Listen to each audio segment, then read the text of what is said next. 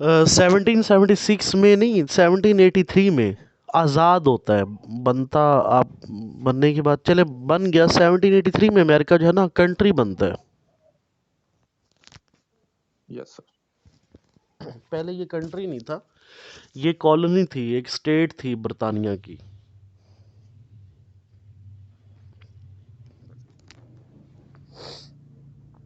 आगे चले तो नेक्स्ट है जी द एनलाइटनमेंट। द एनलाइटनमेंट क्या है?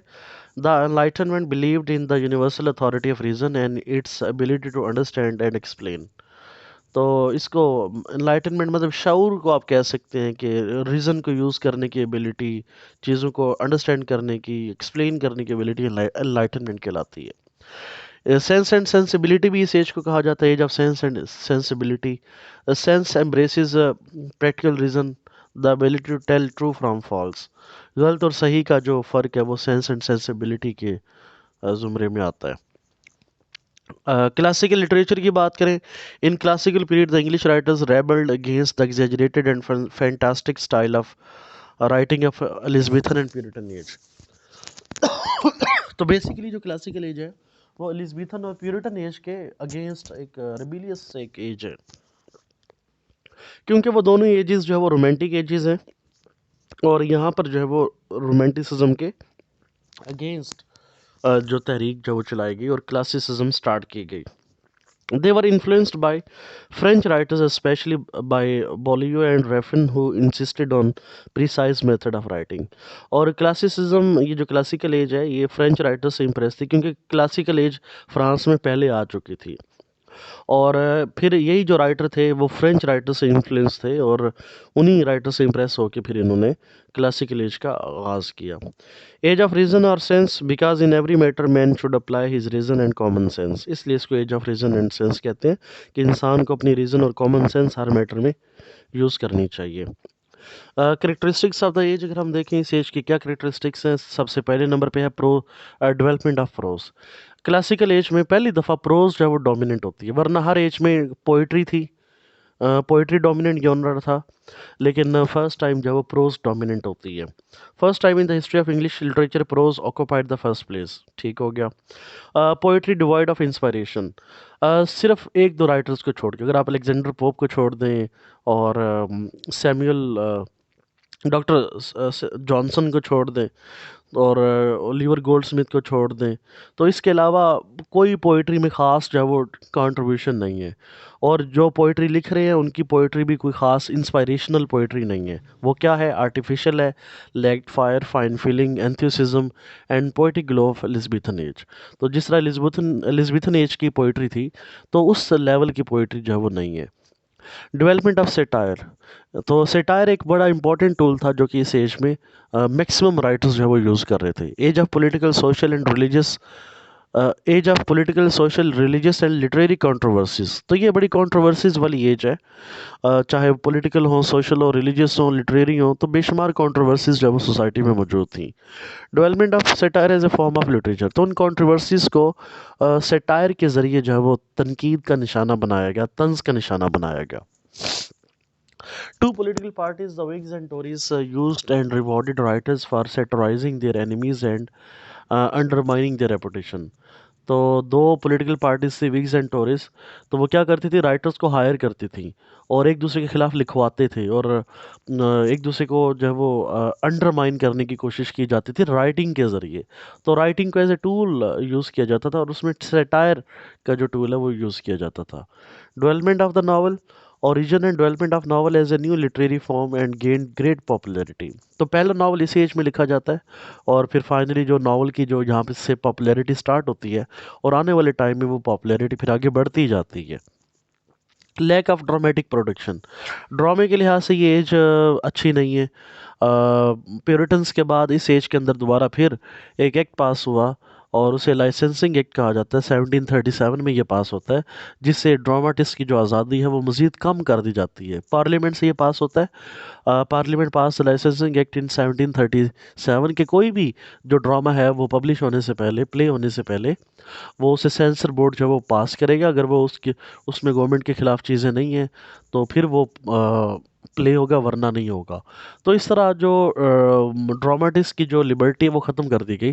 तो उसके नतीजे में क्या हुआ कि जितने भी ड्रामाटिस्ट थे वो सारे के सारे नॉवल राइटिंग की तरफ चले गए। तो एक ब्लेसिंग इन डिस्गाइज आप कह सकते हैं कि ड्रामे पे बैन होता है, लाइसेंसिंग एक्ट आता है, तो सारे राइटर, मेन जो राइटर्स हैं, वो फिर नॉवल राइटिंग की तरफ चले जाते हैं और नॉवल फिर ग्रो करता है। तो ये है जी इस एज की कैरेक्टरिस्टिक्स। आगे एक और है, ओबीडियंस टू क्लासिकल रूल्स। ये हम पहले भी इसकी बात कर चुके हैं। Obedience to the rules laid by the Greek and Romans was thought to be necessary for the writers. तो इसमें ये कहा गया कि हर राइटर जो है वो ग्रीक और रोमन जो राइटर्स हैं उनके रूल्स को फॉलो करेगा, तो उनकी ओबीडियंस की जाएगी। तो इसीलिए इसको फिर क्लासिकल एज का भी नाम दिया गया। तो ये इस एज की करेक्टरिस्टिक्स है। उसके बाद फिर हम आगे चलें तो आगे हम देखते हैं जी इस एज को फर्दर टू पार्ट्स में डिवाइड किया जाता है लिटरेचर के लिहाज से, एज ऑफ पोप और एज ऑफ जॉनसन। तो 1700 से लेकर 1744 तक ये एज ऑफ पोप है। इसमें क्या होता है, classical rules and ideal rent supreme. तो जितने भी क्लासिकल रूल्स जिनको कहा गया कि हम इम्प्लीमेंट करेंगे, स्टार्ट करेंगे, फॉलो करेंगे, तो इस एज तक क्लासिकल रूल्स जो है ना बड़े zeal and zest with high spirit जो है वो फॉलो किया गया रूल्स, क्लासिकल रूल्स को। उसके बाद फिर दूसरी एज आती है एज ऑफ जॉनसन, 1744 से 1784 के तक। तो उसमें क्या होता है कि वो जो क्लासिकल रूल्स की जो ओबीडियंस थी, अब उसको जो है वो उसमें थोड़ा जो क्रैक्स हैं वो अपीयर होना स्टार्ट हो जाते हैं। क्रैक्स बिगिन टू अपीयर, कि लोग जो है वो क्लासिकल रूल से बजन होना स्टार्ट हो जाते हैं, क्योंकि it was not easy to follow classical rules. जिस तरह होमर ने लिखा, विर्जिल ने लिखा, होरेस ने लिखा, सिज़ेरो ने लिखा, तो उनको उस तरह लिखना इनके बस की बात नहीं थी। तो इसलिए जो है वो फिर रिवॉल्ट स्टार्ट हो जाती है क्लासिसिज्म के अंदर, और फिर अगेन रोमांटिसिज्म की तरफ शिफ्ट होना स्टार्ट हो जाता है सेकंड पार्ट के अंदर। तो इस तरह दो हिस्सों में इसको डिवाइड किया जाता है, एज ऑफ पोप और एज ऑफ जॉनसन। सबसे पहले देखते हैं एज ऑफ पोप, 1700 से लेकर 1744 तक। इसमें सबसे पहले हम पोइट्री को देखेंगे कि एज ऑफ पोप में पोइट्री में क्या हुआ। They insisted on the role of intelligence in everything. They were deficient on the side of emotion and imagination. क्योंकि ये क्लासिकल एज है, इसलिए इमोशंस और इमेजिनेशन ये चीज़ें तो बिल्कुल डिस्करेज की जाती हैं। और किस चीज़ को फोकस किया जाता है, रियलिटी को, रियलिज्म को, और प्रिसाइज वे ऑफ राइटिंग को फोकस किया जाता है। तो इसलिए इसमें इमोशन और इमेजिनेशन को डिस्करेज किया गया, और ये चीज़ें डेफिशिएंट थी लिटरेचर के अंदर। पोइट्री इज डिडेक्टिक और सैट्रिकल। पोइट्री किस तरह की लिखी गई, डिडेक्टिक, मतलब जिसमें कोई ना कोई मॉरल लेसन मौजूद हो, उसे हम डिडेक्टिक पोइट्री कहते हैं। और सेटायर थी, उसमें सैट्रिकल पोइट्री थी, तंज सोसाइटी के ऊपर, सोसाइटी की वीकनेसेस के ऊपर तनकीद थी। Interest in town the cultural society, क्योंकि क्लासिकल एज है, क्लासिकल एज की क्वालिटी ये है कि वो टाउन लाइफ, सिटी लाइफ पर लिखते हैं, रूरल लाइफ को इग्नोर करते हैं। No sympathy for villages, shepherds love for nature, flower, songs of birds, landscapes etcetera. तो ये सारे रोमांटिक एलिमेंट्स हैं कि देहात के बारे में लिखना, और फ्लावर्स, बर्ड्स के बारे में लिखना, लैंडस्केप के बारे में लिखना, नेचर के बारे में लिखना, लव के बारे में लिखना। तो ये रोमांटिक एलिमेंट्स हैं। तो ये सारी चीज़ें इस एज में मौजूद नहीं थी। No regard for human heart, हाँ, ह्यूमन इमोशंस, ह्यूमन फीलिंग्स को इग्नोर किया गया। Form became more important than substance, और थीम से ज़्यादा जो है वो फॉर्म इम्पोर्टेंट, कि जो राइटिंग स्टाइल है, जिसमें कंपोजिशन करनी है पोइट्री, वो स्टाइल अच्छा होना चाहिए, उस पर ज़्यादा फोकस किया गया। जो थीम है उस पर इतना ज़्यादा फोकस नहीं किया गया। Highly artificial and conventional style, तो इसमें जो स्टाइल है राइटर्स का वो क्या है, आर्टिफिशियल है और कन्वेंशनल है। मतलब उनकी अपनी ओरिजिनलिटी नज़र नहीं आती, और उनका अपना जो है वो क्रिएटिविटी नज़र नहीं आती, क्योंकि वो फॉलो कर रहे हैं। इसलिए जब आप फॉलो कर रहे होते तो आपकी अपनी क्रिएटिविटी ख़त्म हो जाती है। तो इसलिए ये कन्वेंशनल स्टाइल है। और आर्टिफिशियल, जब आप किसी को फॉलो करेंगे तो फिर वो जो चीज़ प्रोड्यूस होगी वो आर्टिफिशियल चीज़ प्रोड्यूस होगी। इसमें अगर हम मेन पोएट देखें तो अलेक्जेंडर पोप है, 1688 से लेकर 1744। ये अलेक्जेंडर पोप का ड्यूरेशन है। He was a son of a cloth merchant, had tuberculosis of bone at the age of 12। 12 साल की उम्र में इन्हें हड्डियों का ट्यूबरक्लोसिस हो गया था, टीबी हो गया था। इनको प्रिंस ऑफ क्लासिसिज्म भी कहा जाता है। प्रोफेसर एटन ने इनको ये टाइटल दिया, प्रिंस ऑफ क्लासिसिज्म। मतलब एक बहुत बड़े classical writer Alexander pope. He was Catholic, intellectual and ambitious. हाँ, सारा इंग्लैंड प्रोटेस्टेंट और ये क्या है, कैथलिक है, मतलब ये माइनॉरिटीज में इंक्लूड होते हैं, इंटेलेक्चुअल भी हैं, एम्बिशियस बहुत ज़्यादा। अच्छा, कैथलिक्स के साथ क्या होता था, क्योंकि ये माइनॉरिटी में है और कैथलिक्स के साथ क्या होता था, when a law was passed forbidding Catholics to own a house within 10 miles of London, the Pope moved settling in Windsor Forest west of London. तो लॉ पास हुआ पार्लियामेंट से, और उसमें लॉ में ये कहा गया, ये पास हुआ कि जितने भी कैथलिक्स होंगे ना, जो प्रोटेस्टेंट नहीं है, वो सारे शहर से बाहर निकल जाएंगे 10 मील दूर, और वहाँ जाके रहा करेंगे। तो ये फिर इनको बाहर जाना पड़ा, जंगल में जाके अपना घर बनाना पड़ा, और वहाँ पे फिर विंडसर फॉरेस्ट में ये रहते थे, वेस्ट ऑफ लंदन में। ठीक है, मतलब ये कैथलिक्स के साथ हाल किया जाता था उस टाइम के अंदर, क्योंकि ये सारी रिलीजियस कंट्रोवर्सीज की बात हो रही है। Catholic could not go to university, vote और हैव पब्लिक पोजीशन। जो कैथलिक्स थे वो यूनिवर्सिटी नहीं जा सकते थे, वोट का राइट नहीं था, पब्लिक पोजीशन, कोई सरकारी जॉब हासिल नहीं कर सकते थे, and were tax and penalised in other ways. उन पर टैक्सेस बहुत ज़्यादा होते थे और उनको जुर्माने बहुत ज़्यादा किए जाते थे। तो इस तरह कैथलिक्स जो है ना, उनके ऊपर जिसे कहते हैं ज़मीन तंग करना, तो इंग्लैंड में उन पर ज़मीन जो है वो तंग थी। तो अलेक्जेंडर पोप कैथलिक थे, तो उन्होंने भी ये सारी चीज़ें फेस की। एक तो अलेक्जेंडर पोप वैसे बड़े बीमार थे और बड़े मतलब कमज़ोर सी इनकी जिसामत थी, तो ये बड़ी इन्होंने सफरिंग बर्दाश्त की, ये सारी चीज़ें। लेकिन क्या हुआ, by cultivating his talent Pope overcame this disadvantages. लेकिन पोप क्योंकि इंतहाई इंटेलिजेंट थे, एम्बिशियस थे, उन्होंने अपने टैलेंट के ज़रिए लोगों को जो है वो शिकस्त दी और अपने बदले जो है वो लिए। At the age of 23 he published essay on criticism.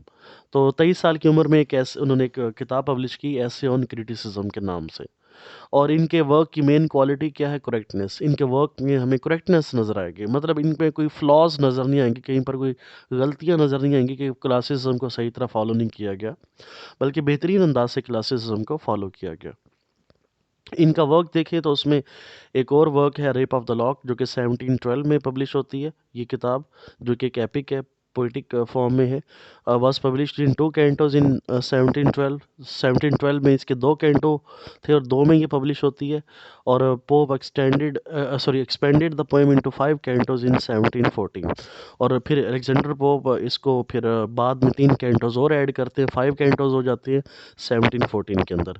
ये एक मीटर पोएम है और इसको मॉक हीरोइक पोएम कहा जाता है। इसमें थीम ऑफ स्टेल्थ है और हीरोइक कपलेट में ये पोएम, ये एपिक लिखी गई है। ठीक है, बाकी आप इसके बारे में आपको पता होगा कि इसमें हीरोइन का नाम क्या है और जो जिसके साथ उसकी लड़ाई होती है उसका नाम क्या है। जी, क्या नाम था हीरोइन का रेप ऑफ द लॉक में? ब्लिंडा। हाँ जी, ठीक है, वेरी गुड। तो उसके बाद इनका अदर वर्क देखें तो द डंसियड है, 1728 में डंसियड लिखा, full of cruel and insulting couplet on his enemies. इसमें अपने एनिमीज़ की बेशुमार जो इन्होंने पे तनकीद की, उनको क्रिटिसाइज़ किया डंसियड में।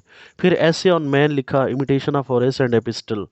तो इसमें होरेस और एपिस्टल को जो है वो कॉपी किया ऐसे ऑन मैन में। और उसके बाद एक और किताब है, an epistle to doctor Arbuthnot, 1735 में ये लिखी। तो ये इस तरह इनकी 3 अदर बुक्स हैं। इसके ऐसे ऑन क्रिटिसिज्म वो भी एक किताब थी, रेप ऑफ द लॉक ये भी इनकी एपिक है। तो Pope is supreme master of epigrammatic style. अगर इनके स्टाइल की बात करें तो एपिग्रामेटिक स्टाइल है। एपिग्रामेटिक स्टाइल जिसे हम प्रोवर्बियल स्टाइल कहते हैं, जिसे हम कोटेशन वाला स्टाइल कहते हैं, वो एपिग्रामेटिक स्टाइल होता है। कम वर्ड्स को इस्तेमाल करके मैक्सिमम थॉट्स को एक्सप्रेस करना, that is called epigrammatic style. He translated Homer's Iliad and Odyssey. इनकी अगर हम बात करें तो वही जो होमर की जो इलियड और ओडेसी है वो इन्होंने ट्रांसलेट की थी। ये एक इनका अदर वर्क है। तो इस तरह अलेक्जेंडर पोप इस टाइम के अंदर एक बहुत बड़े आप कह सकते हैं कि पोइट है। इसके अलावा minor poets of the age देखते हैं जी। इस एज में माइनर पोइट कौन थे? मैथ्यू प्रायर हैं, ही वाज ए डिप्लोमेट और एक्टिव पॉलिटिशियन थे। और इन्होंने 2 लॉन्ग पोएम्स जो है वो लिखी। और कौन कौन सी वो लॉन्ग पोएम्स हैं? Solomon on vanity of the world, और दूसरी है अल्मा और the progress of the mind. ये दो इनकी लॉन्ग नैरेटिव पोइम्स हैं। और एक और है नीचे, lines written in the beginning of a measureless history of France. तो ये भी इनका एक वर्क है मैथ्यू प्रायर का, लेकिन ये माइनर पोएट भी इनको इंक्लूड करते हैं। उसके बाद फिर जॉन गे हैं, उनका वर्क है रूरल स्पोर्ट्स ट्रिविया। ट्रिविया देखें तो on the art of walking the streets of London, ये उसका थीम है। और black eyed Susan some fables, ये जॉन गे के वर्क्स हैं। एडवर्ड यंग देखें तो द नाइट थॉट्स इनका वर्क है। थॉमस पार्नल हैं, the night piece on death. और हाइम टू कंटेंटमेंट, ये इनका वर्क है। लेडी विंचेल्सी देखिए, नॉक्टर्नल रेवरीज। लेडी विंचेल्सी जी ये पहली फीमेल जो है वो राइटर हैं। ये इनके बारे में हम पहले भी रेस्टोरेशन एज में भी हमने बात की थी कि ये पहली फीमेल राइटर हैं जो कि लिख रही हैं। ठीक है, इसके अलावा बाकी भी हैं, फ्राबेन, बाकी भी आप हैं, लेडी वाइचरले हैं। और फिर उसके बाद जेन ऑस्टन भी आती हैं, तो लेकिन लेडी विंचेल्सी पहली फीमेल राइटर है। तो ये सारे माइनर राइटर्स में इनको हम इंक्लूड करते हैं। तो इस तरह पोइट्री में सिर्फ एक ही डोमिनेंट पर्सनैलिटी है, और वो है अलेक्जेंडर पोप। और उसके बाद फिर मैथ्यू प्रायर है, और फिर बाकी सारे जो हैं माइनर पोइट्स में हम उन्हें इंक्लूड करते हैं। पोइट्री के बाद है prose, prose of the age of Pope. Prose में देखें तो इसमें प्रोज में क्लासिकल क्वालिटी है, क्लियरनेस, विगर, डायरेक्ट स्टेटमेंट, ये सारी जो है वो क्लासिकल क्वालिटीज़ हैं प्रोज के अंदर। प्रोज में देखें तो डेनियल डेफे का नाम आपने सुना हुआ है। A London butcher called Foe had a son who called himself Defoe. तो ये एक लंदन बुचर थे, और जिनका नाम फो था, तो उनके बेटे का नाम डेफो था। Earliest literary journalist in English language, ये बेसिकली जर्नलिस्ट थे। ठीक है, बेसिकली जर्नलिस्ट थे, फिर बाद में ये फिक्शन राइटिंग की तरफ आते हैं। He wrote on social political and literary aspects. ठीक है, he brought about 250 publications, total in 250 publications की। At the age of 60 turn to the writing of prose fiction, और 60 साल की उम्र में फिर ये दोबारा प्रोज फिक्शन की तरफ आते हैं। फिक्शन लिखी इन्होंने, और credited with being the originator of English novel. तो जब इंग्लिश नावल की बात होगी तो डेनियल डेफो का नाम लाजमी आएगा। और इनका जो वर्क, जो ये पहले नंबर पर रॉबिन्सन क्रूसो है, तो इसे अमूमन कहा जाता है कि ये इनका ये पहला नावल था, लेकिन फिर ये नावल की कैटेगरी में पूरा नहीं आता, इसलिए फिर इसे नावल कंसिडर नहीं किया गया। तो लेकिन जब भी नावल की बात आएगी तो रॉबिन्सन क्रूसो का नाम जो है वो लाजमी आएगा।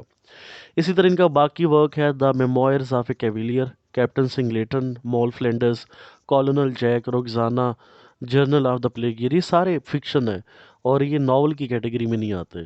तो हम जब नावल पढ़ेंगे ना, मैं फिर आपको बताऊंगा उसमें फ़िक्शन और नावल में क्या फ़र्क होता है।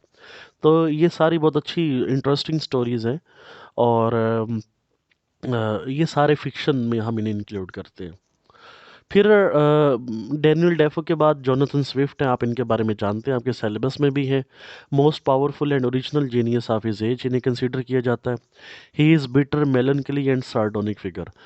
इनकी पैसिमिज्म, जिस तरह हार्डी पैसिमिस्ट है ना, इस तरह इनकी भी पैसिमिज्म जो है वो फेमस है। और इनको तो एक और भी टाइटल दिया जाता है, मिसनथ्रोपिस्ट। मिसनथ्रोपिस्ट क्या होता है? मैन हेटर, कि ये इंसानों से नफरत करते हैं। तो इस तरह ये बेटर, मेलनकली और सार्डोनिक फिगर कंसिडर किए जाते हैं। इनका वर्क देखें तो ग्लिवस ट्रेवल्स इनका वर्क है। स्विफ्ट बेसिकली कौन से कंट्री के, कोई बताएगा?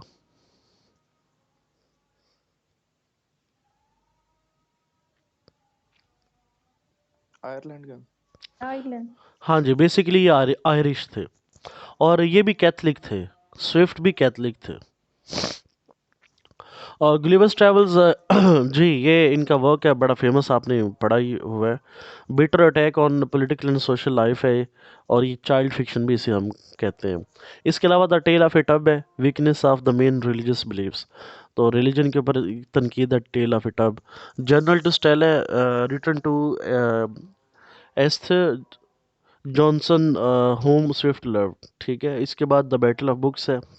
बैटल ऑफ बुक्स में इन्होंने अपने जो एनिमीज़ हैं उन पे बड़ी सवेयर किस्म की तनकीद जो है वो की है, अपने फेलो राइटर्स के ऊपर। इसके अलावा पैम्फलेट्स भी इन्होंने लिखे, और स्विफ्ट वाज पेसिमिस्ट, ये हमने बात कर ली। मास्टर ऑफ प्रोज स्टाइल इनको कहा जाता है। इनका जो स्टाइल है सिंपल और डायरेक्ट है, और कोलोकियल स्टाइल भी कहलाता है। तो इस तरह जोनाथन स्विफ्ट एक बहुत बड़े प्रोज राइटर जो है वो कंसिडर किए जाते हैं। उसके बाद आगे चले तो नेक्स्ट है एडिसन एंड स्टील। एडिसन और स्टील के बारे में भी आपने नाम सुना होगा।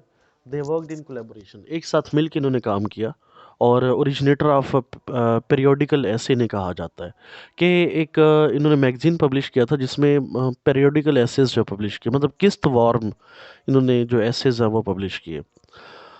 इसमें एक मैगजीन है टेटलर जो कि founded by Steele, first of the long line of 18th century periodical essays. 18th century का पहला सबसे लंबा जो पीरियोडिकल ऐसे वो द टेटलर है, मैगजीन है। और दूसरा जो है वो the Spectator, began on March 1, 1711, ran until December 20, 1714, with break of about 18 months। तो 1711 में ये स्पेक्टेटर स्टार्ट होता है, और 1714 में ये एंड होता है, और बीच में 18 months का गैप भी है। और ये भी एक बहुत बड़ा मतलब पीरियोडिकल ऐसे इसे कंसिडर किया जाता है। Sold an unprecedented 10,000 copies of each issue. और उस टाइम के लिहाज से इसकी जो कॉपीज़ हैं, हर इशू में हर शुमारे की जो कॉपी है वो 10,000 कॉपीज़ जो है वो बिकती थी इसकी, हर शुमारे की। और इतनी किसी और कोई किताब जो है वो शायद नहीं बिकती थी जितनी के द स्पेक्टेटर जो है वो बिकता था।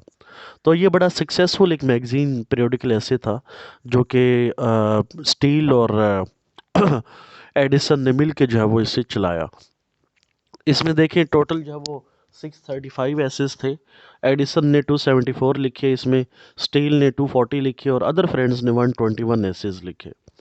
तो स्टील और एडिसन दोनों फ्रेंड हैं। दोनों के अगर हम कंपैरिजन करें तो steel emotional, reckless, good hearted और ऑनेस्ट है, और एडिसन अर्बन, पॉलिश, जेंटलमैन, शाय, पायस और राइटियस। ये इनकी पर्सनल क्वालिटीज़, बाज़ का पर्सनैलिटी को कंपेयर किया जाता है। तो एडिसन के बारे में मज़ीद देखें तो Edison road series of 18 articles on paradise lost. Paradise lost के ऊपर इन्होंने 18 आर्टिकल्स की एक सीरीज़ भी लिखी for better appreciation of Milton's work, Milton के वर्क को बेहतर अंदाज से जो है वो अप्रिशिएट करने के लिए। डॉक्टर जॉनसन ने इनके बारे में क्या कहा? Doctor Johnson said about Addison, give nights and days sir to study of Addison if you mean to be a good writer.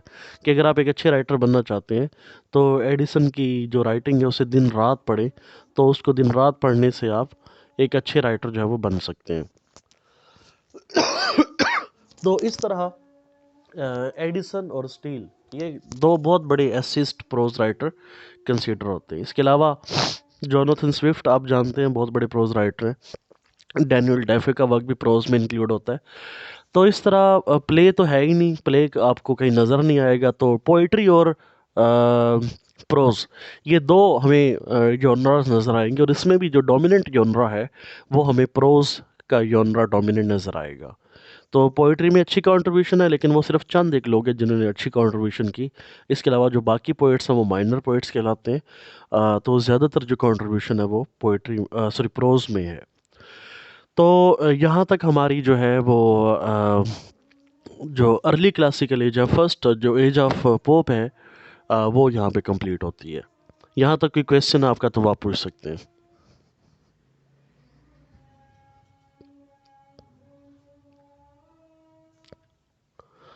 हाँ जी, any question till here? No sir. हाँ जी, आगे चलें या बस करें, क्या कहते हैं?